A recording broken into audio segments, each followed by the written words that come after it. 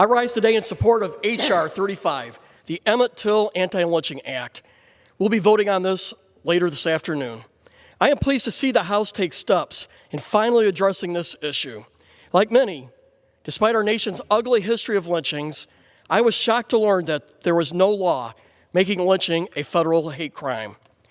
My home in Omaha area is unlike many other towns across the country with a gruesome past of lynching.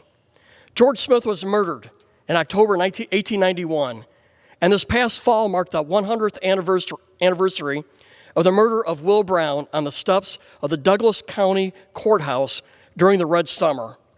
The hands of lawless and angry mobs in Omaha beat and lynched these men in what can only be characterized as racial terrorism.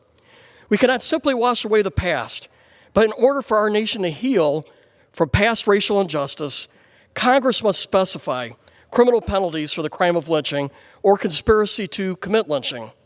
With at least 5,000 lynchings in our nation's history, this bill is important as an acknowledgement that this evil did occur, that millions felt fear in their homes and communities, and that many feared for their lives, the lives of their dads and their sons, and that this formal acknowledgement will help facilitate reconciliation. Last year, I was approached by local African-American community leaders to look into anti-lynching legislation. And I felt that the language from Senator Harris's bill that passed with overwhelming bipartisan support in the Senate was the right one to support here in the House.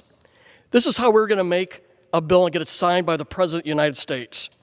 It's because of these reasons that I was honored to introduce the Senate-passed language in the House. The bill we are voting on today contains language of my bill that I introduced 8 months ago verbatim. I do not complain, because in the end, I want results. We want results. We are closer than we have ever been in making lynching a federal crime. The action is long overdue, going back 200 attempts since 1918, and today we are going to make history once and for all on this issue. It has been my privilege to be an advocate on this issue. I applaud Senator Harris and Congressman Rush, who have championed this bill for years.